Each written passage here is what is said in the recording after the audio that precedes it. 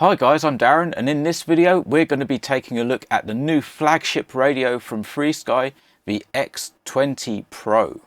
So this is a radio that's been talked about for quite a while now. I've known about it for quite a few months, maybe even before Christmas. And now it's finally come out. It's on pre-order purely because they can't make the numbers to keep up with demand. So this is a radio that is actually selling very well already. So before actually getting on the workbench to take a look at the radio in a bit more detail, I first wanted to show you the actual size of this thing. This is the case that it comes in.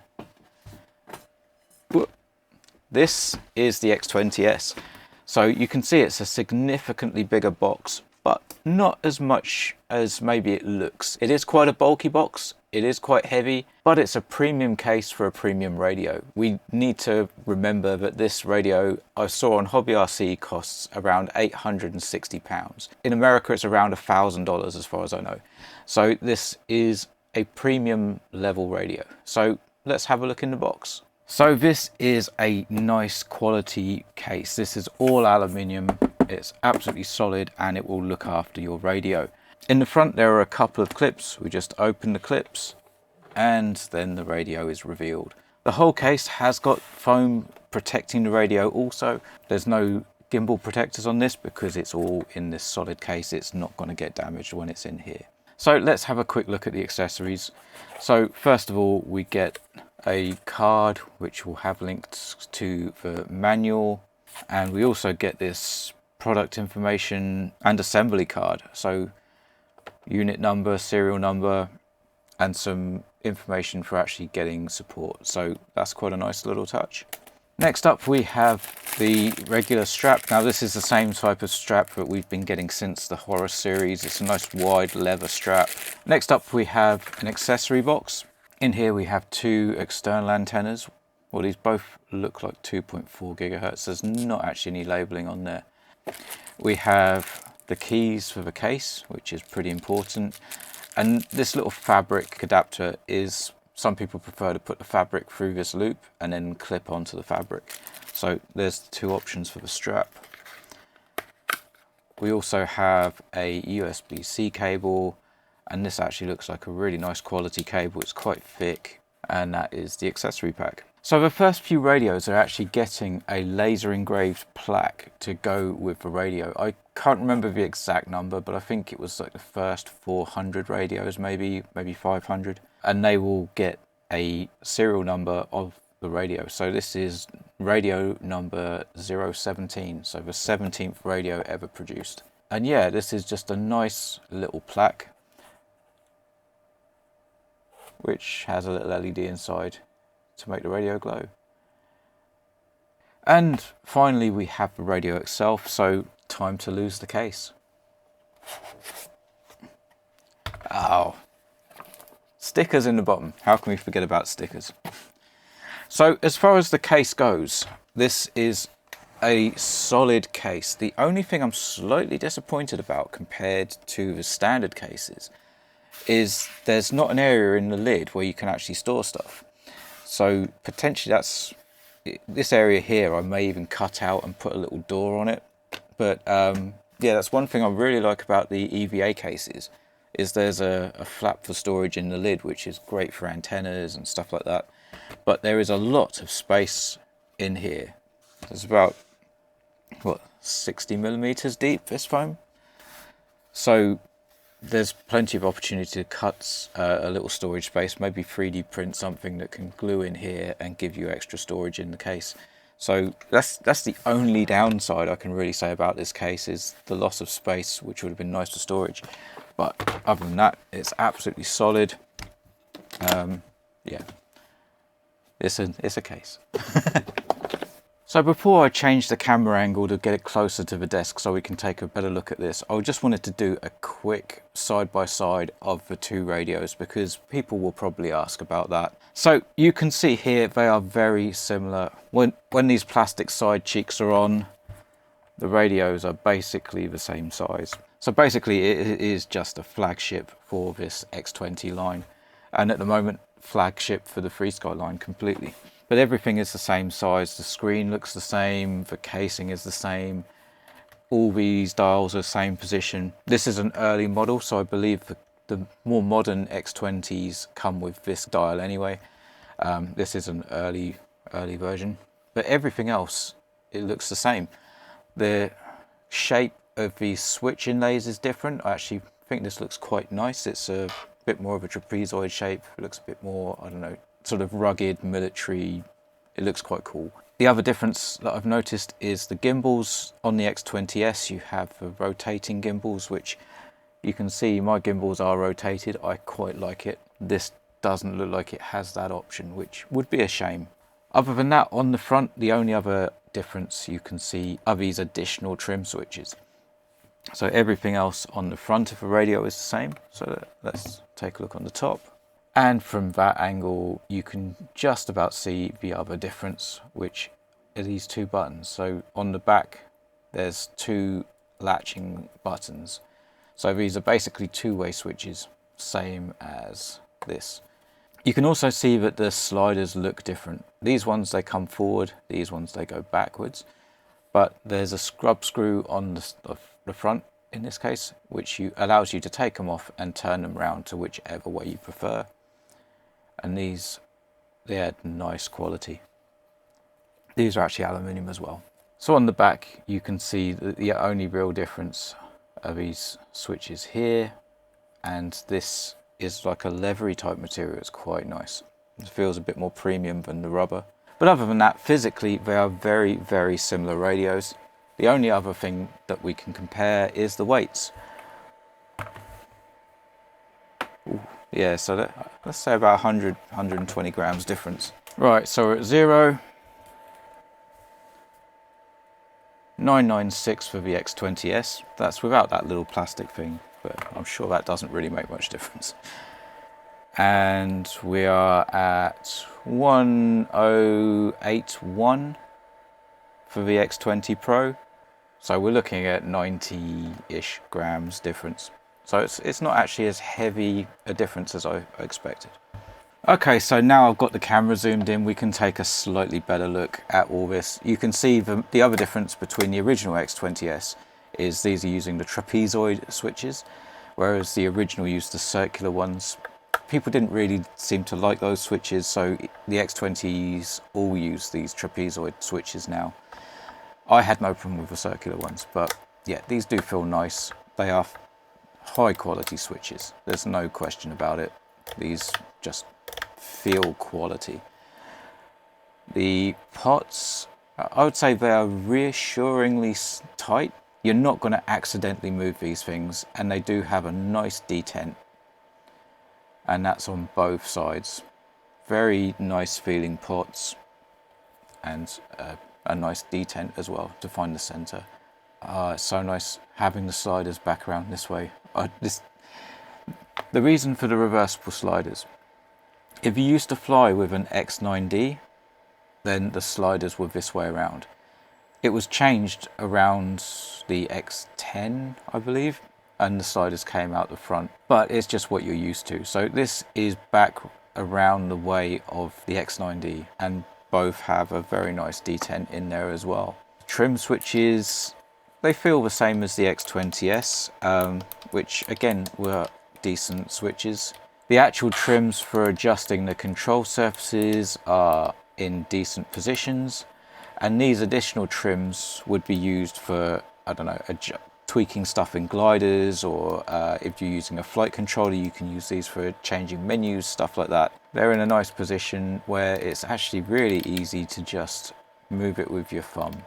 I mean, if you're a thumber, it's not going to be so easy, but for me, if I'm hybrid pinching, I could actually still fly the plane and adjust the trims. So for me, they're actually in a very good position.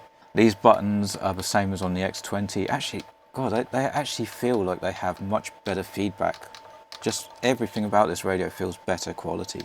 Pushing the button down, it doesn't feel flimsy or anything like that. And they're nicely raised above this carbon fiber front plate, so you can feel which button is which. And again, the slider is nice and has a nice center detent. So the thing to take away so far about this radio is everything is really, really good quality. These little button switches may be in the way actually if you have the sliders this way around. If they were turned the other way around, then there'd be no issue. But if that slider was up, for example, getting to that button isn't so easy. So maybe if you're going to be using these buttons, then that would be a good reason to reverse these. Also on the top, if you have an X20, you'll be very familiar. We have antenna 1 and 2, so you can put in external antennas. And then we have our connections area. Now these are all labeled on the top. So we have headphone, we have USB-C, we have an SD card, which is unpopulated because this comes with NAND storage. We have a smart port connector, and we have a trainer port for wired trainer. And on the back, we have our JR light. We have our battery compartment, which is a 4000 milliamp hour 2S pack, so the same as the rest of the X20s. And I believe the X18 is the same battery as well. And we have the 2 momentary switches. Also, don't forget, under here you can lift up these flaps to adjust your gimbals. This is a mostly CNC machined case, which is why they can only produce 2 of these per machine per day. So that's a total of 4 cases per day for this premium radio, which is why they're on pre-order. Right, so that's the physicality of the radio. So let's have a quick look in ETHOS. And I have already put my volume to this. All right, let me just adjust this so we can see better. So ETHOS is basically the same as you'd find on any other radio. There are obviously things specific to this radio. For example, switches and buttons that the other radios don't have. There are also new features in here for text to speech. Now, I don't know where that is. Oh, here we go. We have an example. So let's turn the volume up and let's have a look at what we got. So we have play text, always on, and you can type in your text that you want it to say. So let's take a listen. This is a DPS text playing test from X20 Pro. This is a DPS text playing test from X20 Pro. So this will be really handy if you want call outs. This is a DPS text playing test from X20 Pro. Yeah, that would help. This is a DPS text playing test from X20 Pro. So this would be really useful if you want call outs, for example, if you're flying a pattern competition and you want the next maneuver, you could actually just type the text in now and it will call it out once your timer situation has been reached. So this is really good. It saves people having to, make their own text files to play for action. So this is a nice addition. I don't know if this will come to other radios, but at the moment it's definitely something that's in the X20 Pro, which is actually a really nice feature. So let's do some basic setup. When you first get this radio, one of the first things that you're going to want to do is calibrate the sticks. So we'll go into analogs calibration. We'll just center everything. I will try and reduce that. It's a bit too stiff at the moment. So let's center all the sliders, all the pots, and let's click calibrate. The first screen actually asks you to center everything. We've already done that. Oh, we didn't do that one. And then click next.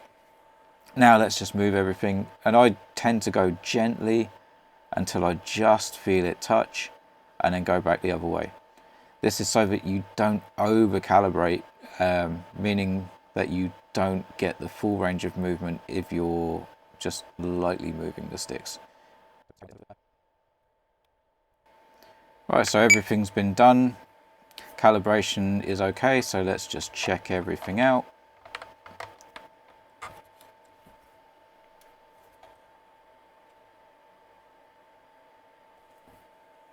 If we center everything, it should all be centered. Looks good to me, so let's just confirm. Calibration done. Another thing you may want to do when you get this radio is make sure that the date and time is correct. So I like a 24-hour clock. I don't care about seconds. The date is completely wrong, as is the time. You can set the time zone if you want, that's fine for me. Right, this RTC adjust speed. I'm actually going to make a video on how to set this up. This is if you find that the clock is running slow or fast, we can actually adjust it. So I will be making a video on that soon. Likewise, if you have a system that has a GPS that connects to it, you can get the time from the GPS. So that will allow you to adjust it. But that's all good.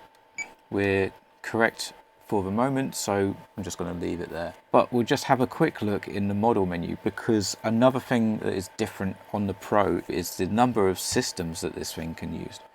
So what we have on our internal module, this is the radio that's built in, not using the light JR bay. So let's turn this on. So we have ACCST, D16 or Access, which you would choose the protocol down here, ACCST, D16 and Access. These are the standard protocols that FrSKY have used for quite a while now. These are 2.4 FrSKY protocols. And you can choose which antenna to use. So the internal one, which 2.4 has one up on and one across the top of the screen, I believe. Or you can use external antenna 1, which is on the back. Also, you can set your power to 25 milliwatts or 100 milliwatts. So that's the 2.4 side. So we can turn that one off. Or you can, of course, use the 900 megahertz side, which will be your standard R9 equipment. Again, you can choose between the internal and external antennas. And you can set your power. So by default, this is running the EU firmware. You can update this to flex to get 1000 milliwatts, which is also dynamic based on your range. And then we have the standard register and bind options that you'll probably be familiar with. So the next option is TD mode, which is the tandem system. So this is using internal 2.4 FrSKY. Again, you can choose internal antenna or external antenna. You can set the power level, but also it has a 900 megahertz. If you don't know what the tandem system is, it's basically a 2.4 which can be diversity and 900 operating at the same time. So it will use whichever signal is the strongest and the best. So potentially 2.4 could be faster. So if the 900 and 2.4 is in range, it could use 2.4 depending on the best performance you could get. If it goes out of range of 2.4, then it will use 900. So that gives you lots of different options there. There's also the TW mode, which is the twin system. Now this is using 2.4, so it has 2.4 FrSKY for half of it, and it has 2.4 LoRa for the other half. And again, these are operating at the same time and both have different benefits. So to bind and register, it's exactly the same as you would do for the older Access and tandem or twin stuff. The final mode is TD Pro mode, which allows you to use 2.4 FrSKY, 900 megahertz, and LoRa 2.4 gigahertz all at the same time. So maybe there'll be Pro receivers that have this all in, or maybe it's just so that you could perhaps bind a tandem receiver on here and a twin receiver on here and use them in a redundancy system. I don't actually really know, but we can have 3 different RXs with, I guess, different configurations, and this will just work it all out. So that was what I wanted to show you on the RF side, that there are 3 modules. Now let's go over to the system, because one thing, if you do get this radio, that you need to check is the firmware version. So you can see here I'm on 4.1.10. You should not use this radio with 4.1.10. That was basically a release that was put out just to get these new features in. There is now a version 4.1.11, which is a production level firmware. So the first thing you should really do is update this. So let's do that now. So the first thing that you'll need is ETHOS Suite. Now, if you check out this website, which is the FrSKY RC ETHOS feedback community, this is where you get hold of the latest version. So what we're going to do is go to this releases tab here, and what you're looking for is the release with latest in green on it. Now this should not say pre-release, it shouldn't say beta or anything like that. It should just say release 1.4.11 in this case. There may be newer versions out in the future. Like I know ETHOS 1.5 is currently in development and will probably be out quite soon. But you want the latest version with this green latest release button next to it. And what we're going to do is just go down to where it says assets.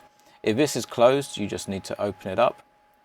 And then we're looking for ETHOS Suite for Windows if you use Windows, or there are some Mac options if you use Mac.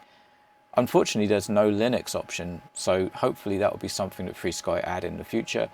But if you're a Windows user, just click on this. If you're a Mac user, I don't really know which one you'd use. It'll be one of those two. Just download this file and install it on your system, and then run ETHOS Suite. So once we're in ETHOS Suite, you can see this is the latest 1.4.11 version. We then need to connect to the radio.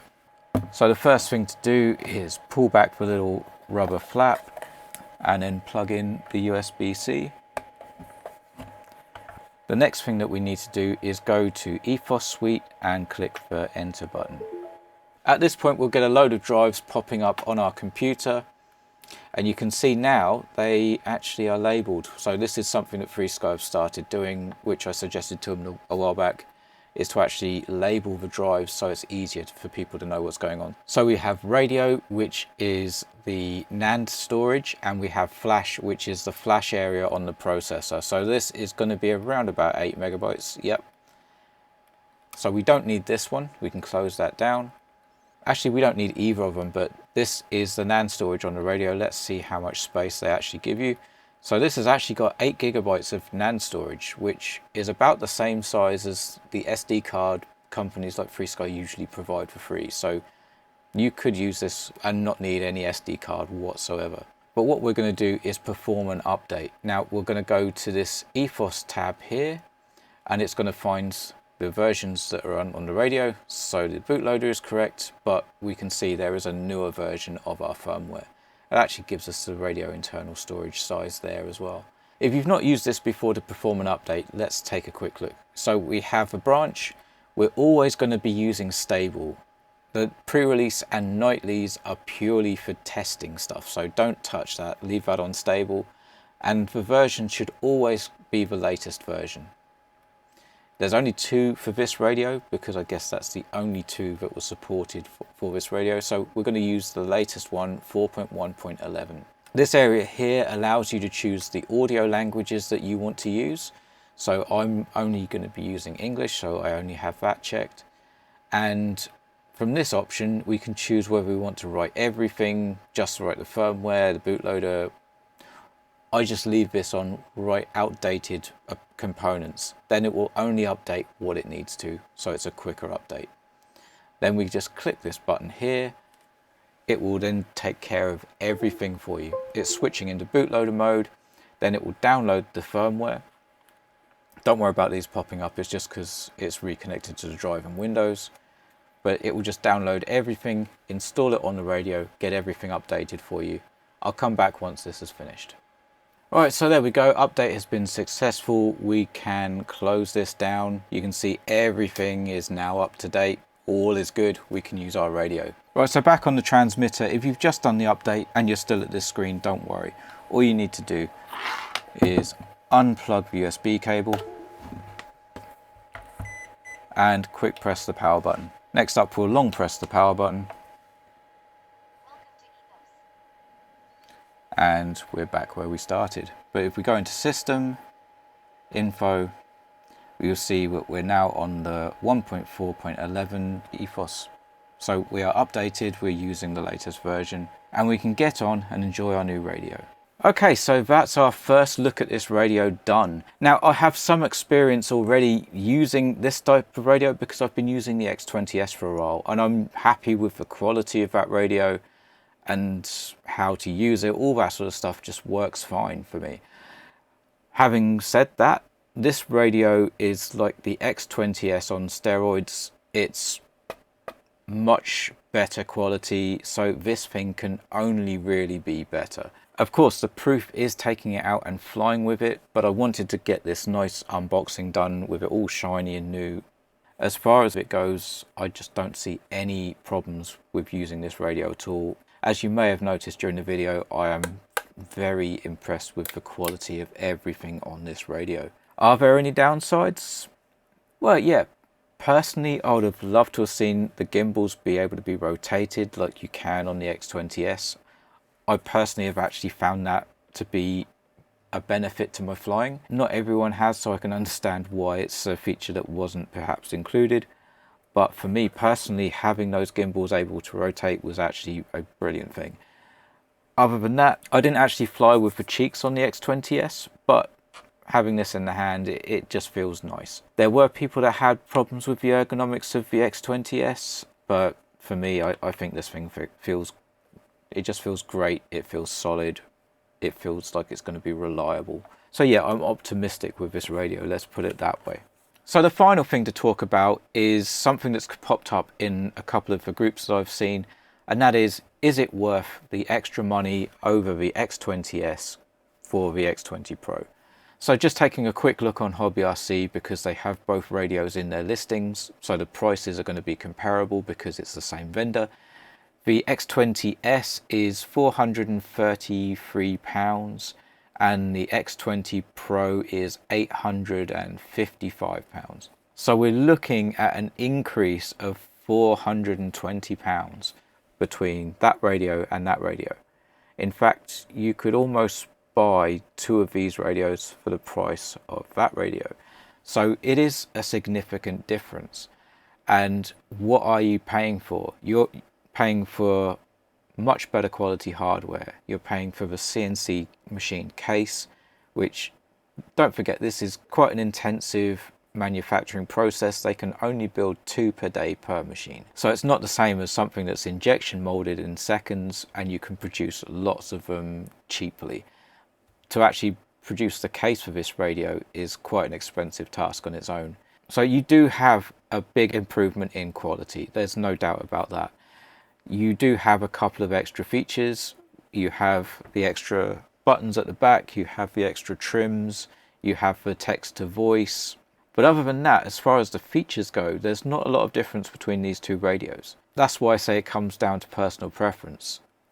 If you can justify and you have the money to buy this radio, and I guess more importantly, you will find use of the extra features. I know a lot of glider pilots would love extra trims. So if you would make use of the functionality that you get for it, then yeah, definitely. If you can just afford to buy it, maybe you're a turbine pilot, you want to have a premium radio around your neck, then sure, it's a great purchase. But if you're someone that needs to be more frugal but still wants a decent radio, then there is absolutely nothing wrong with the X20 or the X20S whatsoever. They're still fantastic radios. Same goes for the X18. Again, that is a fantastic radio. Is it worth the money? It depends on your circumstances and what you want. It's not something that anyone else can say, oh yeah, just spend double the money and get this radio. You can't live without it. It's not that sort of thing. It's a premium product, and if you can justify it and you think you would make good use of it, then go for it. It's not going to let you down. At the end of the day, most companies have premium products which cost a lot more money, and you do get some additional features for it. But at the end of the day, if you just need the features that the basic model has, do you really need to buy the premium unless you want to buy the premium? I mean, for example, do you really need a Mercedes S-Class when you could get by just fine in a C-Class? You're talking a hell of a lot of difference in money. Sure, you get a bit more comfort, a bit more tech toys in the S-Class, but the C-Class is still a very, very, very nice car. It's one of those sort of questions at the end of the day, and there's no right, there's no wrong answers. So I know that this may seem like a bit of a fob off to some people because I've not said, yes, get this one or get this one, but really I can't say that. The only person who can is you. Both radios are excellent radios. So I think I'm going to wrap it up here. This is only supposed to be a first look. What I will do in the future is we'll make some videos about maybe if you do want to convert files over, how to do that. We can deal with the NAND storage side of things. We can do quite a few videos that may help people, even if you're not getting this radio, but maybe you have an X18 or twin light and you want to get an X20S. These will help people in all those ways. So yeah, I need to get stuff transferred onto this radio so I can fly it. But thank you very much for watching, guys. I hope you found this video useful. If you did, please give it a thumbs up and remember to click the subscribe and bell icon to help get this video out to more people so they can learn about the X20 Pro too. And also thank you again very much to my patrons and supporters who leave super thanks. I do appreciate it. It really does help the channel. Thank you very much. See you on the next one. Fly models like you stole them and have fun.